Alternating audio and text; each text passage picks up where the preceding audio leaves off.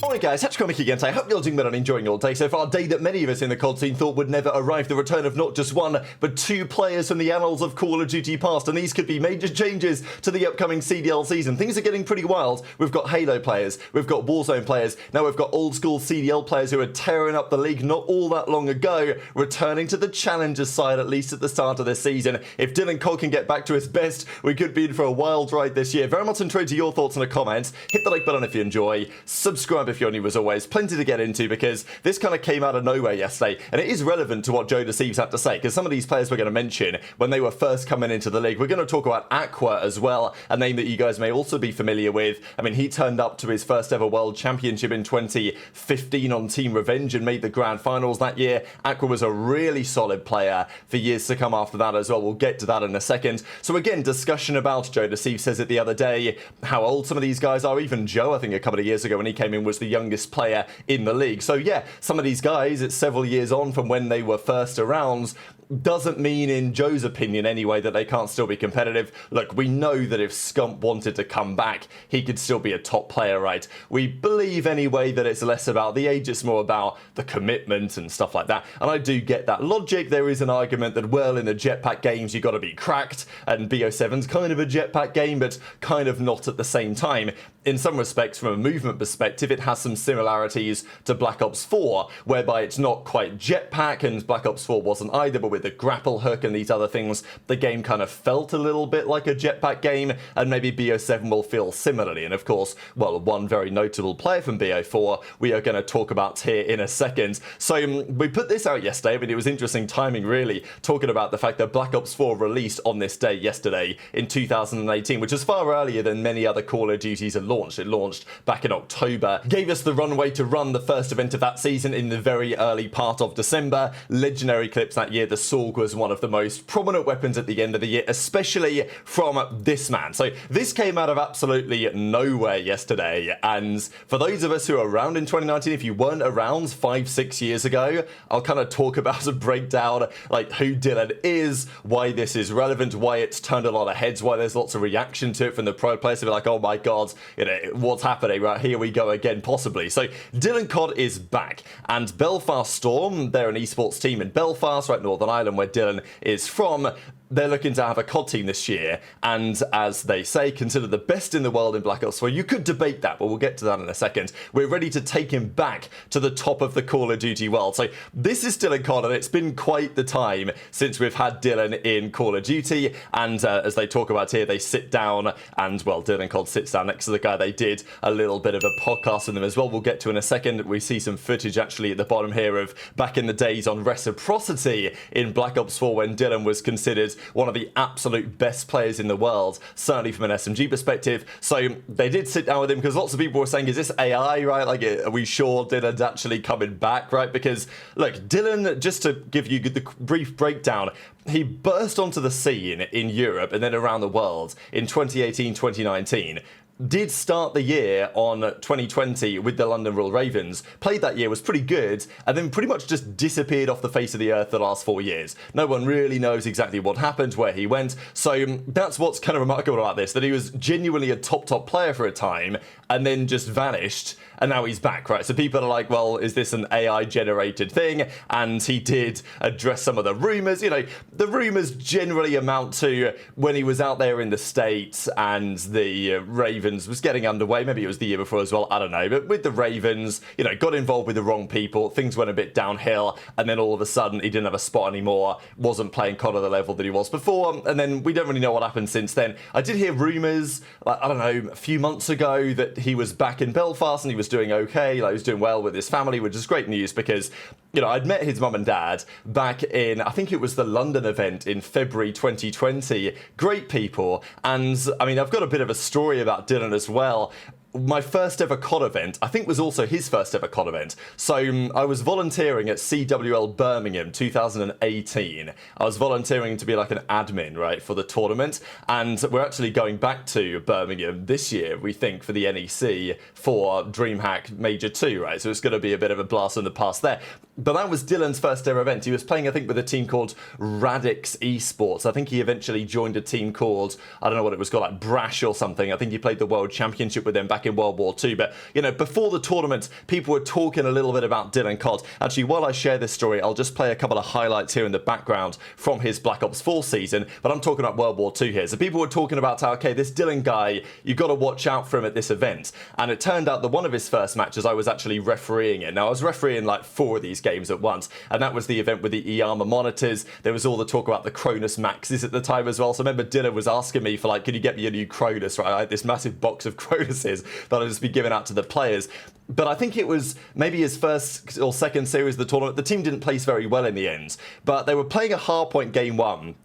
Dylan, mid-hardpoint map, puts his controller down, cracks open a packet of Belvita biscuits, starts munching on one, picks his controller back up, and continues the map. I'd love to say that he picked up the controller and popped a 4-piece or something. I don't think that actually happened, but they did win, and you could tell from this guy's POV that not only was he really talented, but he was also very confident that he was really good at the game. So he was turning a lot of heads in World War II, and towards the end of that year, people were like, damn, this Dylan guy, like he could be something pretty special. And then Black Ops 4 fit his playstyle to a T, right? Like, as you can see, these are some of the highlights here from his time with Reciprocity. This team, I mean, look, it wasn't the best team ever. They hovered around being top 6, top 4. I think they might have come 3rd at, what was it, maybe Fort Worth that year. A couple of other tournaments they were pretty competitive in. Yeah, it was on Team Sween for a time as well, which is right here. But Dylan with the Sorg is still considered, I mean, you played the Grapple Sorg, right? Considered one of the most impactful players that we have had in Call of Duty.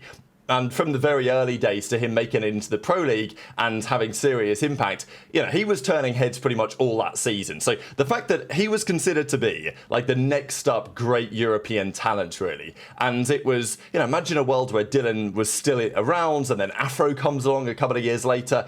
You know, we could have had something really special. To some degree, we did. This was maybe one of the more notable ones where Dylan dropped, he had like 25 kills in about 4 minutes or something as they brought this remarkable comeback against Luminosity. So, you know, many of you guys, if you were around, will remember some of these moments, remember how impactful DylanCoD was. So for him to be around, he then, as I say, started out in Modern Warfare 19. He was okay, he was pretty good, and then some things happened off the server, let's say, that prevented him being as impactful going forwards. Then he was out of the league, and then he's disappeared off the face of the earth for the last few years. So it looks like DylanCoD is officially back for the upcoming season. Where was he considered in terms of Black Ops 4? You know, one of the best players, kind of where was he in the conversation? We'll see a little bit of that in a second after we look at this legendary pop-off moment from the end of that season. But this was his overall season card. Now, I know that these are Lion Man cards, so it is what it is, right? But if you take into these are his KDs, but if you take into account his damage, his score per minute, his efficiency, you know, he was an incredibly fast, aggressive, and impactful sub. And these were actually the numbers for that entire season. So these are the top-rated Lion Man cards of the year. And again, it's a Lion Man card, but these were the top players in Black Ops 4. Dashy, Simp, obviously, Octane, you know, Envoy was up there, but really I think most people would say that it was Dashy, Octane, Simp, who were probably like the best 3 players. But from an SMG perspective, Dylan absolutely was in that conversation, right? So the idea that he's back has definitely turned a lot of heads. As ReeaL says, the prodigal son has returned. All it requires is Jerd to come back now, the end times will be near. And we got some reaction from the pros as well, right? Simp, who of course played against him back in Black Ops 4, was like, oh my god, you can't be serious, DylanCoD's back. And it's just so wild that he's had this long away. I mean, Simp has spent pretty much the entirety of the CDL era not dominating the scene, but they've been #1 in the standings every year, right? Like, Simp knows what it was like to play against Dylan back in Black Ops 4. Since then, Simp's been doing his thing every single year. We've not heard a peep out of Dylan for all those years, and now he's back. So what does it mean, right? Simp's obviously like, you can't be serious. Beans is, he drops this one, right? You know, they said you was dead or whatever, and, you know, it's a really cool story. We even got reactions from the likes of Zeke, who used to play, obviously French player back in the day. DylanCoD's comeback on the scene. I'm shocked the guy's disappeared for 30 years. So it's quite the time. I don't look, is he going to walk right into a CDL team? Obviously not. I mean, that's why he's joining here the Belfast Storm and is going to start the year out in challenges. But as we've talked about throughout the context of this video, Black Ops 4 and Black Ops 7, they share some similarities. Black Ops 4 was undeniably DylanCoD's best COD. I also find it funny how his name fits the bill so well of like the classic European COD player when it's just like their name. I mean, the funny thing is that I think Dylan's name isn't actually Dylan. I think his first name is Thomas. So I'm not 100% sure I even gave him, but whatever. It's DylanCoD, he plays COD, and he does it pretty well. So what's going to happen? We know that it's difficult for European players to get picked up. We're pretty sure that Beans and Afro getting picked up to Cloud9. I don't know, like Beans is getting that spot. Is Beans going to have a word with C9 and be like, you know, we got to try and just take a risk, right? Because we're seeing legends coming from Halo. We're seeing Shifty TV come over from Warzone, we think. We're seeing some other Challengers players like Bance that could well have retired stay around. It's going to be a particularly stacked CDL year, not just in the Pro League, but also in Challenges, right? There's going to be so many big names out there. And yeah, is DylanCoD going to walk back in? Is he going to be the player that he once was? You know, we don't know the answer right now to any of these questions. But if Dylan can get even close to kind of where he was a few years ago on this return to the scene and start really turning some heads in Challenges, there is a world where he ends up on a CDL team and starts turning some heads in the Pro League again. So that's definitely a story. And the other story, as I mentioned at the start of the video, is about Aqua. So many of you guys remember Aqua. He was actually around more recently than Dylan was. He was still playing, I think even 2-3 years ago. He was on the Legion for a time. I think he was on LAG, maybe to start things off in the franchise era. Before that was on numerous pretty much excellent teams at a time. Like Aqua was, I think when Aqua was playing, he was a pretty underrated player then. I actually think since his retirement, he's kind of, gone into some obscurity. But if you're talking about underrated AR players in COD history, Aqua is absolutely in that conversation, I think. And, well, he's back, right? So, okay, it's not turned quite the noise that Dylan has, just because Dylan's story was kind of iconic. He was so good and then just vanished. Aqua, his career, petered out to a certain extent. But apparently he wants to come back as well. So, we're seeing so many of these, not just free agent tweets, but all sorts of stuff. Zuma's like, do you want to come into the Stallions maybe, lead up our team? Again, it's one of those players who could be in the conversation. It's a bit of a shame we don't have expansion this year. I know there's poverty organizations that we still might want to get rid of, but if we had expansion, it really would be the year for it, right? Like, we've got Halo guys trying to come in. As I say, Shifty TV and Blazful, they said they're a team of two looking to make a return. We've got plenty of Challengers players that are coming back, it seems, for the upcoming year, and former pros that want to get back in the mix as well. So people are excited about Black Ops 7, can totally understand it. Is it going to change the landscape of the Pro League? Time will tell on that one, but intrigued to your thoughts on all this stuff, as always, in the comment section below. Hit the like button if you enjoyed, subscribe if you're new, take care, and I'll see you next time. He doesn't get the double kill, but the trade is in. Dylan still has that grab slam should he need it, and he's gonna have to burn it. LG, they gotta play split. You can't get too crazy, you can't stack up, or Dylan ruins your night. In the hill. Someone from Rek needs to be in the hill. Finally, they track back. Talk about ruining your night. Dylan is going to use the Sorg there. Now LG coming from the other side. Reciprocity, they can do this if they just hold. They're about to take the lead with 30 seconds. Dylan goes up. Dylan slams, only finds one. Slides out. There's number two. Alex with the third. Rek take the lead. Streaks again for Dylan. A surreal performance from him. And I don't care what you say. It's plays like that where you have to consider him one of the best players in the world.